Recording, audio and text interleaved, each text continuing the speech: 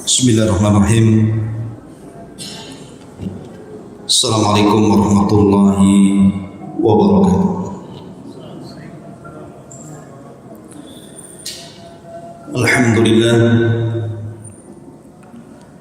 Alhamdulillahilladzi hamdan katsiran tayyiban mubarakan fihi kama yuhibbu rabbuna wa yarda. Asyhadu an la ilaha illallah wahdahu rabbi la syarika lah wa asyhadu anna Muhammadan abduhu wa rasuluhu alladzi la nabiyya ba'dah, amma ba'du. Ma'asyiral muslimin, jamaah salat maghrib Masjid Darul Ilmi rahimani wa rahimakumullah. Alhamdulillah, segala puja dan puji hanya milik Allah Jalla fi'ula. Malam ini kembali kita bisa duduk untuk beriman sesaat dengan bertalabul ilmi. Dan Nabi SAW bersabda, majtama'a qaumun fi baiti min buyutillah yatluna kitab Allah wa yatadarasunahu bainahum illa nazalat alaihimus sakinah wa ghashiyatuhumur rahmah wa haffathumul malaikah wa dzakarallahu fi man indah. Tidaklah sebuah kaum berkumpul di salah satu daripada rumah-rumah Allah alias masjid, dibacakan padanya ayat-ayat Al-Quran dan dipelajarinya, kecuali Allah Subhanahu wa ta'ala akan turunkan ketenangan. Allah Subhanahu wa ta'ala akan turunkan rahmat dan kasih sayangnya, dan para malaikat akan mengepak-ngepakkan sayapnya, memintakan ampun atas kita kepada Allah, dan Allah memuja dan memuji kita di hadapan makhluk yang ada di atas sana. Maka Nabi SAW mengatakan, orang-orang yang selesai bermajlis ilmu, maka Rasul mengatakan, kumu maghfuran lakum qad buddilat sayyi'atikumul hasanah. Berdirilah kalian, bubarlah kalian, karena Allah telah mengampuni dosa-dosa kalian dan Allah ganti keburukan kalian dengan kebaikan. Salawat dan salam marilah kita aturkan dan kita iringkan kepada Nabi kita, Nabi besar Muhammad sallallahu alaihi wa ala alihi wasallam. Kita lanjutkan pembahasan kita, masih membahas tentang tanda-tanda dari tanda-tanda kiamat besar, dan kita masih masuk pada pembahasan khuruj ad-dajjal, keluarnya Dajjal. Pada minggu yang lalu kita sudah menjelaskan dua hadis Nabi SAW yang ada erat kaitan dengan kisah Dajjal. Pertama, hadis Tamim ibn Aus Ad-Dari radhiyallahu anhu. Kemudian yang kedua, hadis yang bercerita tentang Saf ataupun Ibnu Sayyad, dan sahabat sampai ada yang bersumpah bahwa Ibnu Sayyad adalah Dajjal. Dua hadis ini menerangkan kepada kita tentang adanya Dajjal, dan kita wajib beriman kepada Allah bahwa suatu ketika Dajjal ini akan keluar dan akan membawa fitnah. Disebutkan oleh para ulama tentang fitnah-fitnah yang akan berlaku ketika Dajjal ini keluar. Tetapi ma'asyiral muslimin, sehebat apapun Dajjal,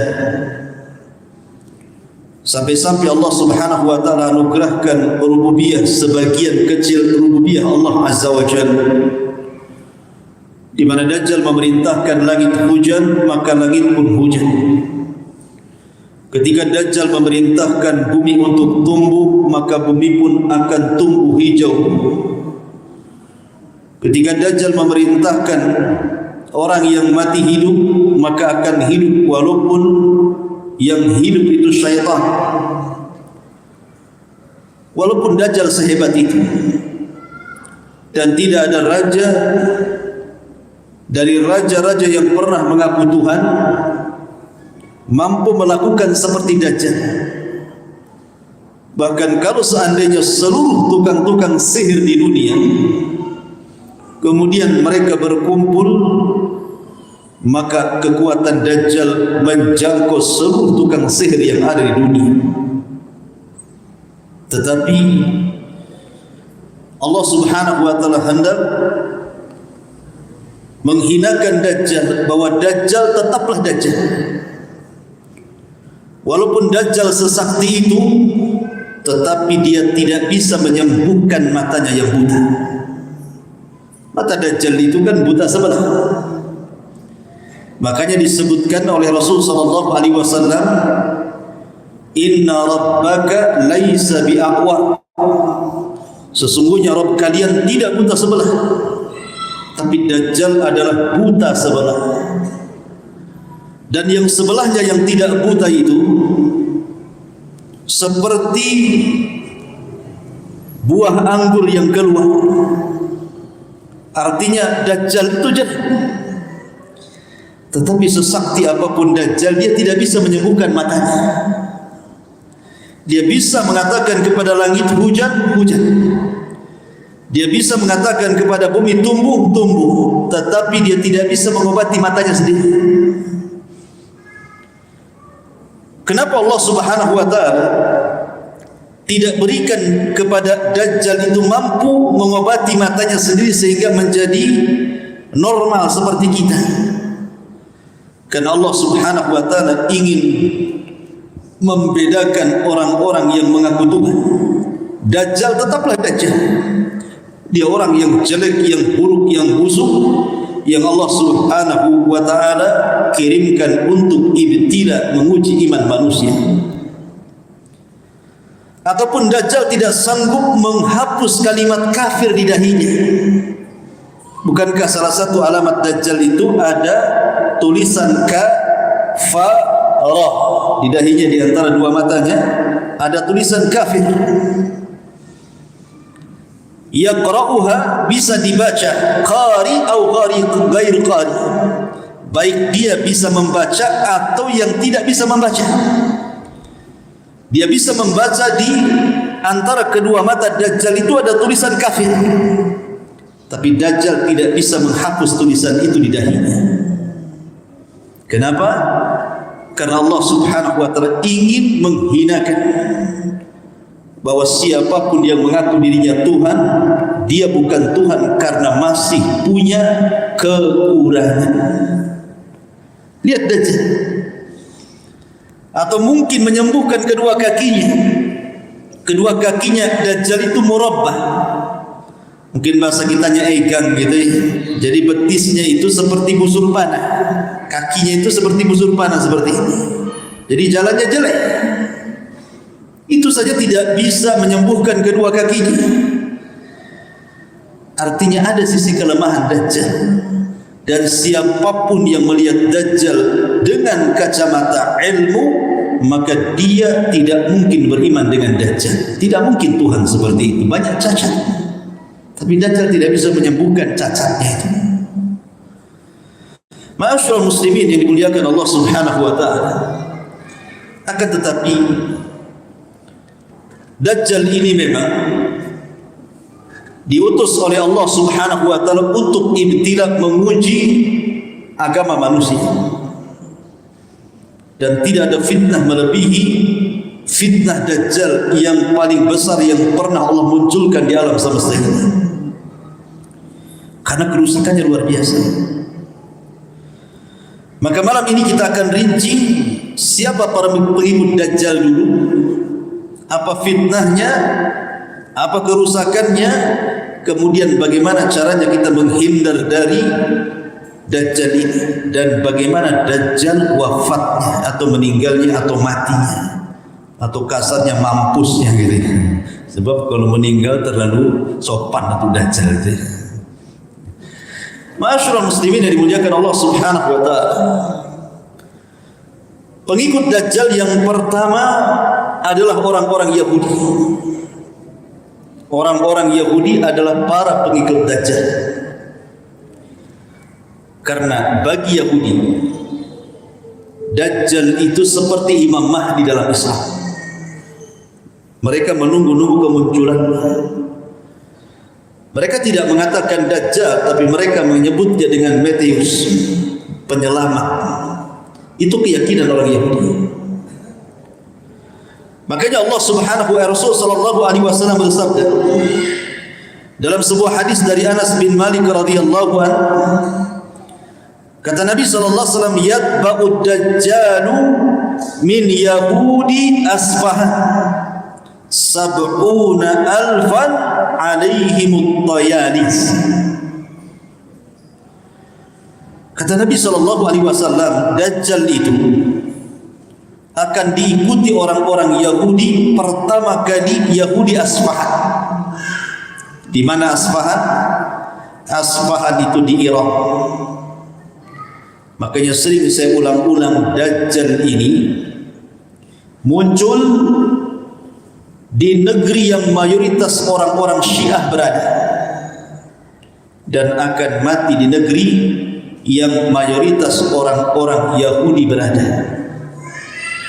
Muncul di negeri orang-orang Syiah dan mati di negeri orang-orang Yahudi.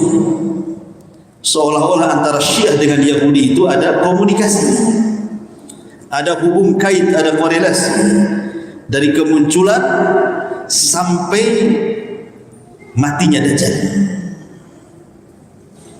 Maka tidak pernah kita mengakui tentang ajaran Syiah itu bagian dari Islam. Maksudnya Syiah di sini Syiah Rafidhah, Syiah yang mencela para sahabat Nabi sallallahu alaihi wasallam, yang mengkafirkan Abu Bakar, Umar dan juga Utsman. Kata Nabi sallallahu alaihi wasallam, Dajjal akan diikuti oleh orang-orang Yahudi Asfahan Irak. Berapa jumlahnya? Sab'una alfa, 70.000 tentara Yahudi Asfahan akan ikut di belakang Dajjal. Dan ini tentara pertama yang akan menjadi kekuatan Dajjal untuk merusak bumi. Makanya ma'asyiral muslimin yang dimuliakan Allah Subhanahu wa taala, ketika kita berkisah sedikit tentang Palestina, kenapa orang-orang Yahudi itu mereka bersikeras untuk menguasai Palestina, sejengkal demi sejengkal, sehasta demi sehasta, sekilo demi sekilo, semil demi semil, dan akhirnya menguasai sebagian besar negeri Palestina. Bahkan anehnya, yang mereka kuasai adalah daerah-daerah yang dianggap suci seperti Baitul Maqdis. Betul-betul mereka kuasai. Karena ada sebuah keyakinan yang menurut kita kaum muslimin, keyakinan itu direkayasa. Karena keyakinan itu hanya propaganda, tidak ada kenyataannya. Hanya ingin mencaplok sebuah daerah, kemudian membuat alasan atas nama agama Yahudi, di mana mereka mengatakan kenapa kami harus menguasai Baitul Maqdis, karena di Masjidil Aqsa itu di bawahnya ada haikal Sulaiman. Disebut haikal itu artinya pondasi. Pondasi Masjid Al-Aqsa itu disebut haikal. Mereka mencari haikal ini. Dan sampai hari ini sudah berapa ratus tahun orang Yahudi itu menggali situs tentang Haikal Sulaiman. Sampai hari ini tidak didapati sedikit pun pondasinya. Tidak didapati. Sehingga orang-orang Yahudi sendiri berselisih pendapat tentang letak Haikal Sulaiman. Sementara bagi kita tidak ada yang namanya Haikal Sulaiman, karena yang membangun Masjidil Aqsa itu bukan Sulaiman. Yang membangun Masjidil Aqsa itu adalah Nabiullah Adam alaihi salatu wassalam. Ketika Adam membangun Masjidil Haram, 40 tahun setelahnya Adam membangun Masjidil Aqsa. Jadi jarak pembangunan Masjidil Haram ke Masjidil Aqsa itu 40 tahun. Kemudian dua-duanya roboh, diperbaharui orang setelahnya dan diperbaharui orang setelahnya sampai di zaman Ibrahim dan sampai di zaman Sulaiman. Ibrahim meninggikan Masjidil Haram dan Sulaiman meninggikan bangunan Masjidil Aqsa. Pondasinya sudah ada. Bukan Sulaiman yang membangun haikal itu, sehingga tidak ada yang namanya Haikal Sulaiman itu. Sampai kiamat mereka tidak akan mampu untuk menemukan haikal itu. Kemudian mereka memiliki alasan, kalau seandainya haikal itu ditemukan, pondasi Masjidil Aqsa itu ditemukan, maka mereka akan merobohkan Masjidil Aqsa yang sekarang, kemudian akan membangun bangunan Masjidil Aqsa di atas pondasi Haikal Sulaiman yang kecil itu. Bukan tidak ada alasan bagi orang Yahudi. Kenapa mereka sampai punya keyakinan seperti itu? Dan hari ini Masjidil Aqsa itu tidak bisa menampung orang ramai. Kenapa? Karena di bawah masjid itu sudah banyak terowongan, banyak galian ke sana kemari, sehingga kapasitas masjid itu tidak bisa banyak-banyak. Kalau sempat pun bisa ambruk. Orang-orang Yahudi berkeyakinan bahwa apabila Haikal Sulaiman terbangun, kemudian pondasi Masjidil Aqsa yang sekarang dirobohkan, kemudian mereka akan membangun di atas Haikal Sulaiman, maka akan datang penyelamat mereka. Karena syaratnya datangnya penyelamat mereka itu ketika Haikal Sulaiman ditemukan, kemudian bangunannya didirikan. Disitulah Matius mereka, penolong mereka akan datang. Yang dimaksud kita adalah Dajjal. Ma'asyiral muslimin yang dimuliakan Allah Azza wa Jalla. Makanya keyakinan orang Yahudi itu terus tertanya. Dan sekarang di Iran, menurut penelitian di Asfahan, di sebuah kota Asfahan di Iran, itu sudah banyak orang-orang Yahudi yang tinggal di situ, dan jumlahnya ribuan. Maka ini bagian daripada pembenaran sabda Nabi SAW. Bukanlah Dajjal ini akan diikuti oleh 70.000 Yahudi Asfahan lengkap dengan Tayalis. Tayalis itu atribut keyahudian. Atribut keyahudian dengan serbannya, dengan pakaian khasnya. Untuk tahu kan pakaian khasnya Yahudi yang hitam-hitam itu? Itulah disebut Tayalis. Mereka lengkap dengan Tayalis itu, dengan atribut itu, dan mereka menunggu kedatangan Dajjal. Jadi yang pertama, pengikut Dajjal adalah orang-orang Yahudi, diawali dari Asfahan, kemudian diikuti Yahudi-Yahudi yang ada di tempat-tempat yang lainnya akan bergabung. Ma'asyiral muslimin yang dimuliakan Allah Subhanahu wa taala. Yang kedua, pengikut Dajjal adalah atba'uhu al-kuffaru wal munafiqun. Secara umum orang-orang kafir dan secara khusus orang-orang munafik. Dan itu disebutkan dalam sebuah hadis yang dikeluarkan Imam Muslim dari Anas ibn Malik radhiyallahu anhu, anna an-nabiy sallallahu alaihi wasallam qala laisa min baladin illa sayata'uhu dajjal illa Makkah wal Madinah wa laysa naqabun min aqabiha illa 'alayha al malaikatu hafina tahrusuha fayanzilu bisabghah fatarjiful madinatu bi ahliha thalatha rajafat yakhruju ilayhi minha kullu kafirin wa munafiqin. Apa kata Nabi dalam hadis yang dikeluarkan Anas ibn Malik radhiyallahu anhu dari hadis Bukhari?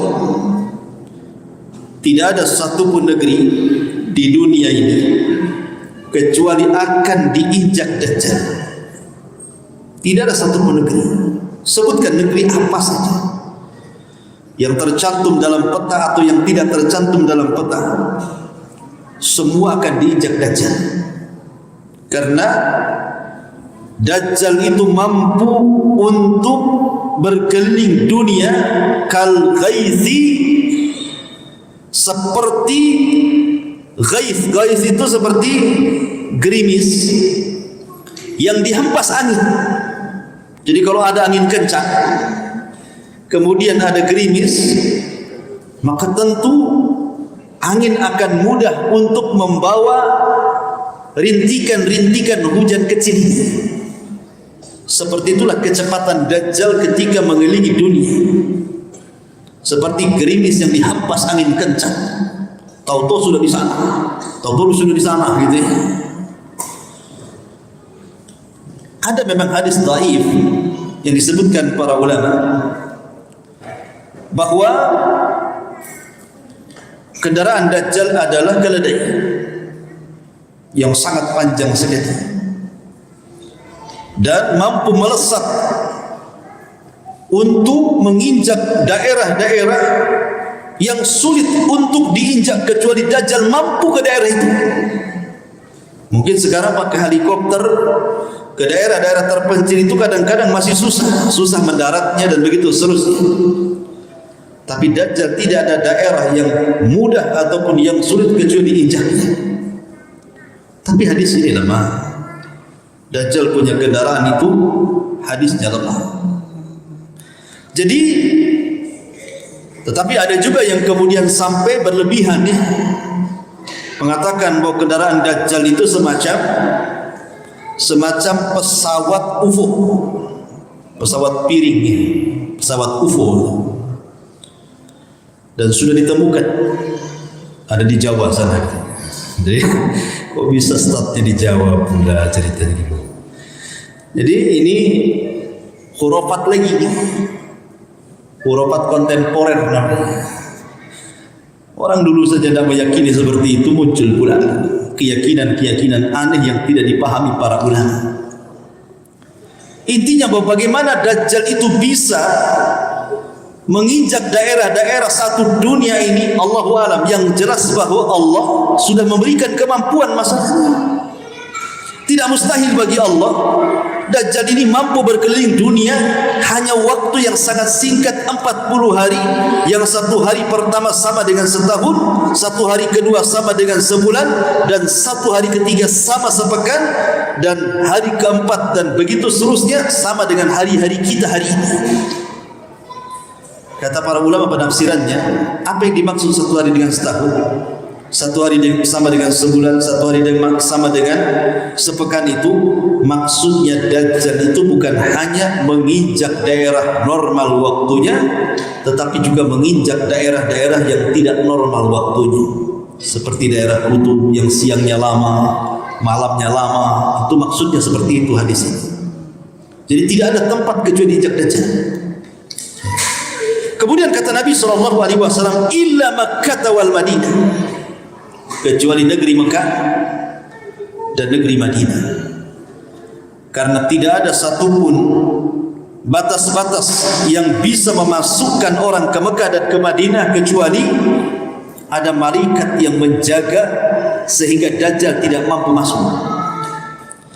Ketika Dajjal tidak sanggup masuk ke Mekah, kemudian juga dia akhirnya berangkat ke Madinah, tidak bisa juga masuk ke dalam kota Madinah, sehingga Dajjal hanya mampu berdiri di sebuah bukit yang disebut dengan Sabkhah, bukit tinggi. Kemudian dari situ Dajjal menghentakkan kakinya 3 kali ke tanah. 1 kali hentakan terjadi gempa yang menggoncangkan kota Madinah. Kemudian 2 kali hentakan makin besar goncangannya sehingga banyak rumah yang roboh. Hentakan yang ketiga meretakkan tanah-tanah sehingga orang-orang kafir yang bersembunyi di Madinah dan orang-orang munafik, mereka ketakutan, akhirnya keluar dari Madinah. Ketika mereka keluar inilah kemudian mereka pun belakangan menjadi para pengikut Dajjal. Karena kalau sudah berjumpa dengan Dajjal itu jarang yang selamat, pasti akan menjadi pengikut Dajjal. Ini yang kedua. Yang ketiga, para pengikut Dajjal adalah min jahalatil a'rab, dari orang-orang Arab yang jahil. Orang-orang Arab yang jahil. Tidak semua orang Arab itu syekh, alim, tinggi. Sana ada orang Badui juga, lebih cerdas antum daripada Badui. Badui itu baca Quran aja datang teriak-teriak. Orang yang di depan perlu ngomong teriak orang Badui. Nah, kalau sudah teriak-teriak Badui itu. Orang ini kalau ngobrol lagi teriak-teriak. Badui, tidak berpendidikan.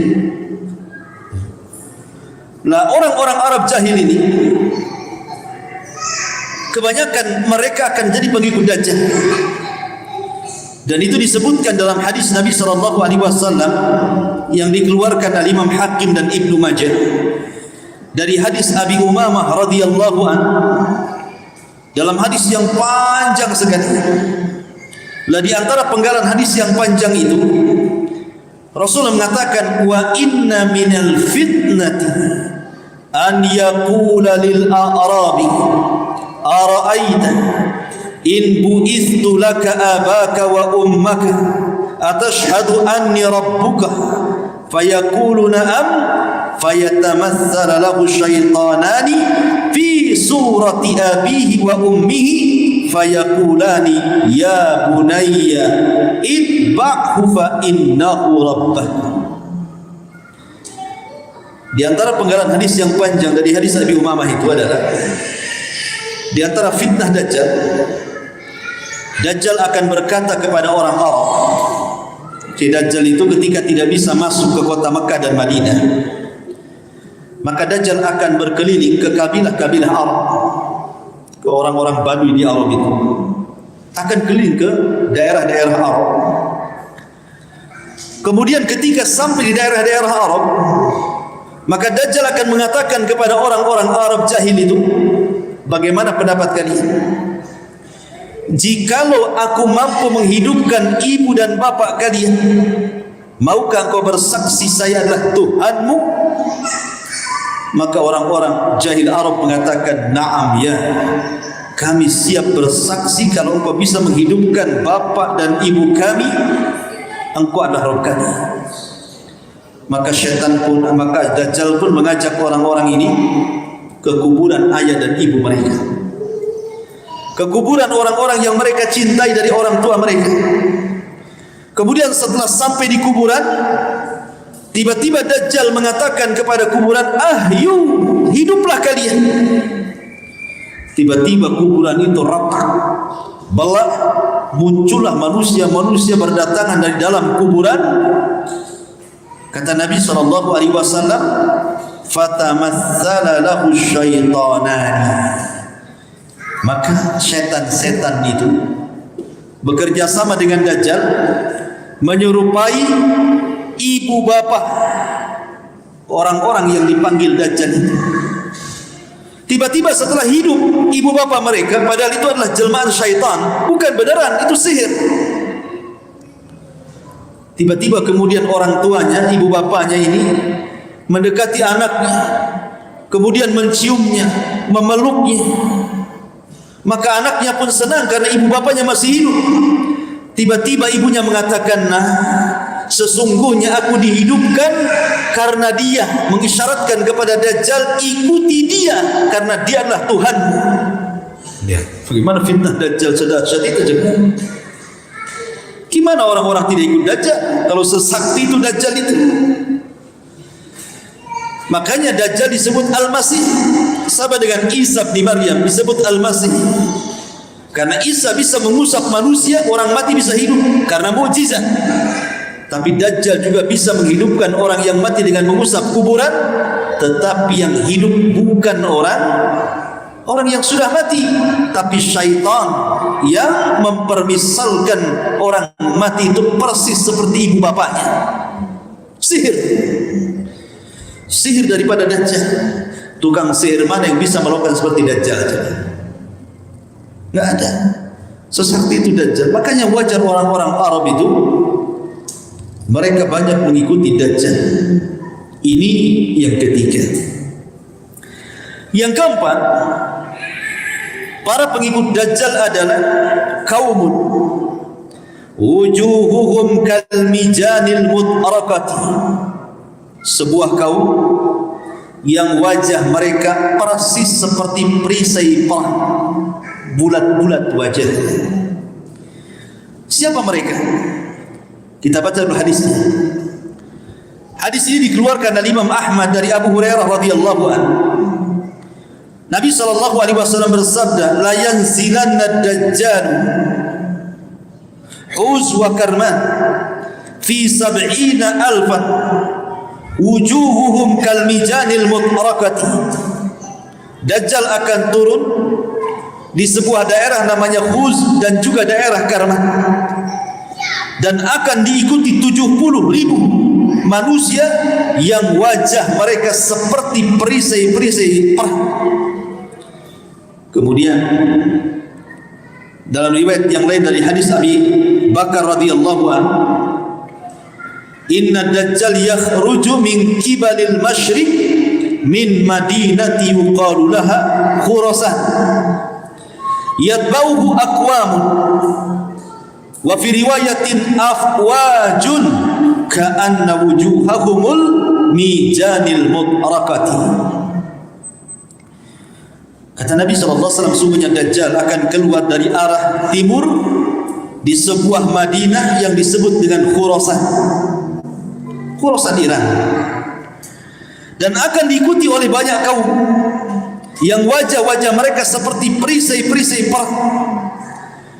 Kemudian para ulama mengatakan yang dimaksud wajah mereka seperti perisai-perisai perang, wal maqsudu bihi ba'dul a'ajim wa ba'du qabailit turki wa minhumul maghul wa tatar.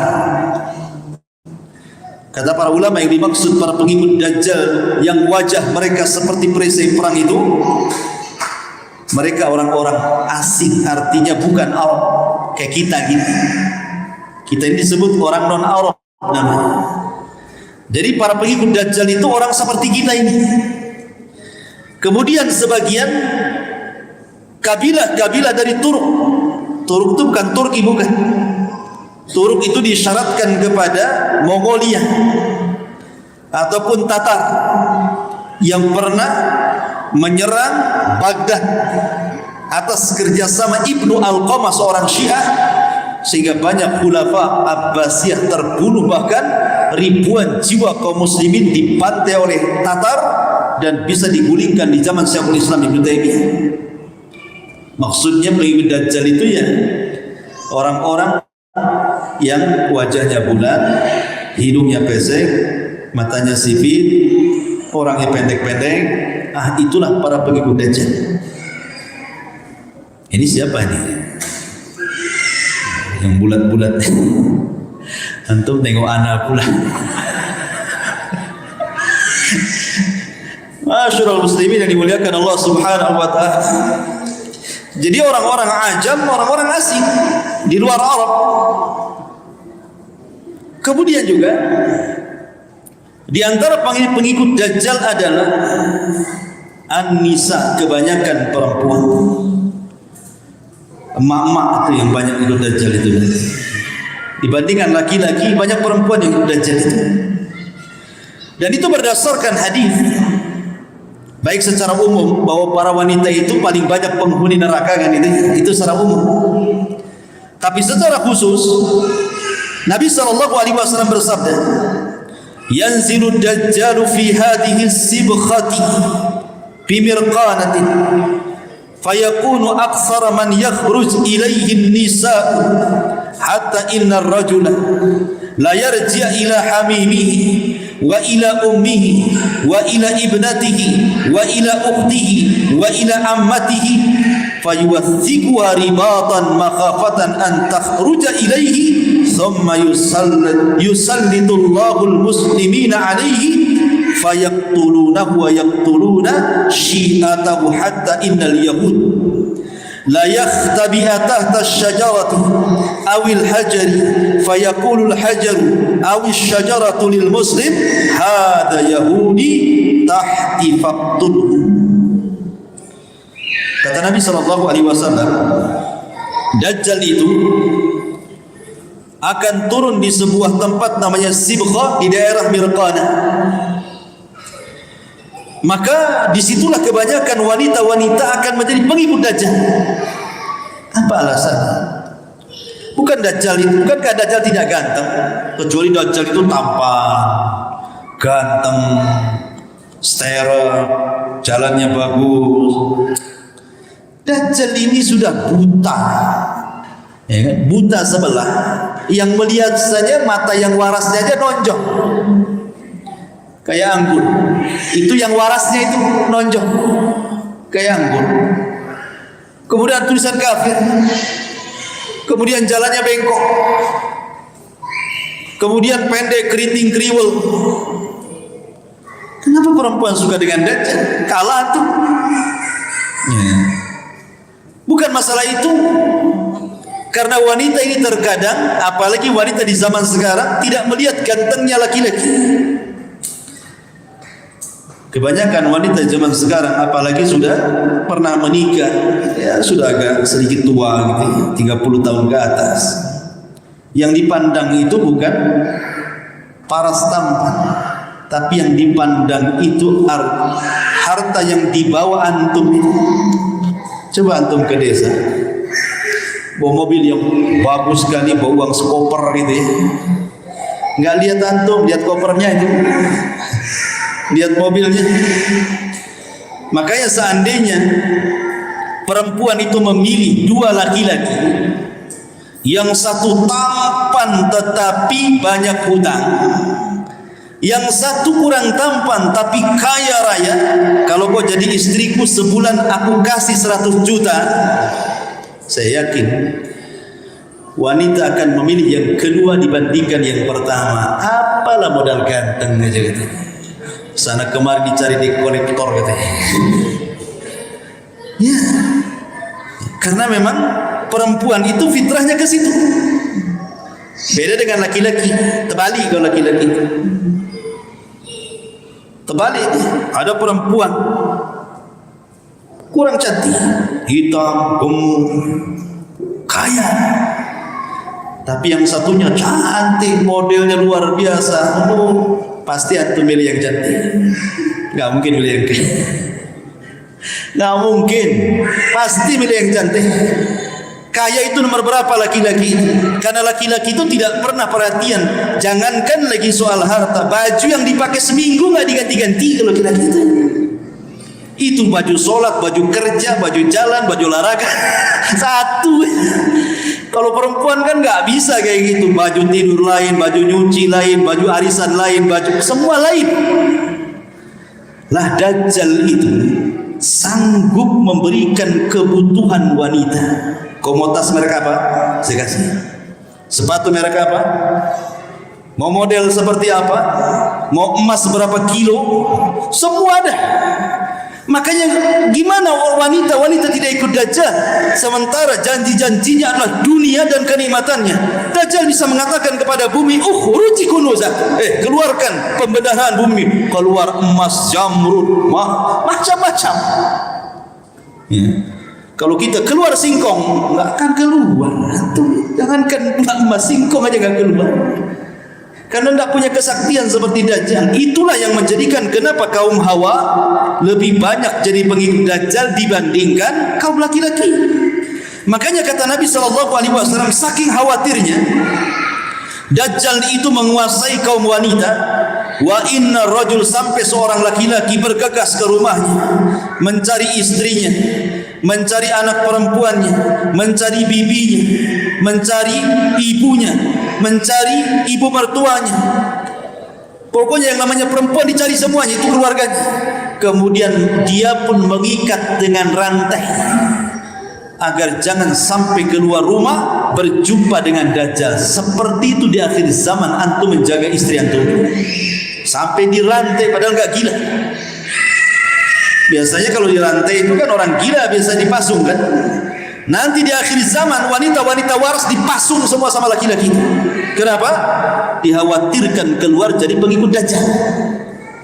Tapi nanti jangan dipasung sekarang, Dajjal belum keluar. Mana istri antum? Kurung di rumah, nanti keluar takut ketemu Dajjal kan?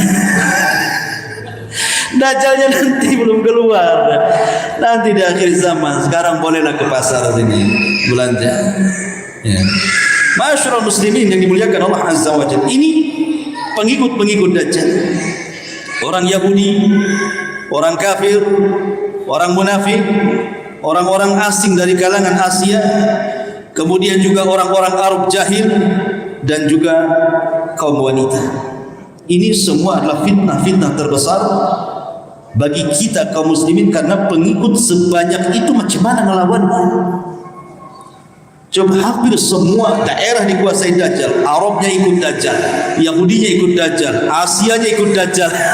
Kita mau ngelawan kemana sebanyak itu? Makanya pasukan Dajjal tidak bisa dikalahkan oleh pasukan Imam Mahdi. Padahal Imam Mahdi sudah menguasai peperangan dalam Al-Hamatul Kubra, perang Mahdasyah. Tapi ketika berperang melawan Dajjal tidak sanggup, saking banyaknya pengikut Dajjal itu. Bagaimana kisah selanjutnya? Karena sudah Isya, insyaallah kita lanjutkan di minggu depan. Subhanaka bihamdika, asyhadu an la ilaha illa anta, astaghfiruka wa atubu ilaik. Allahu ta'ala alam. Assalamualaikum warahmatullahi wabarakatuh.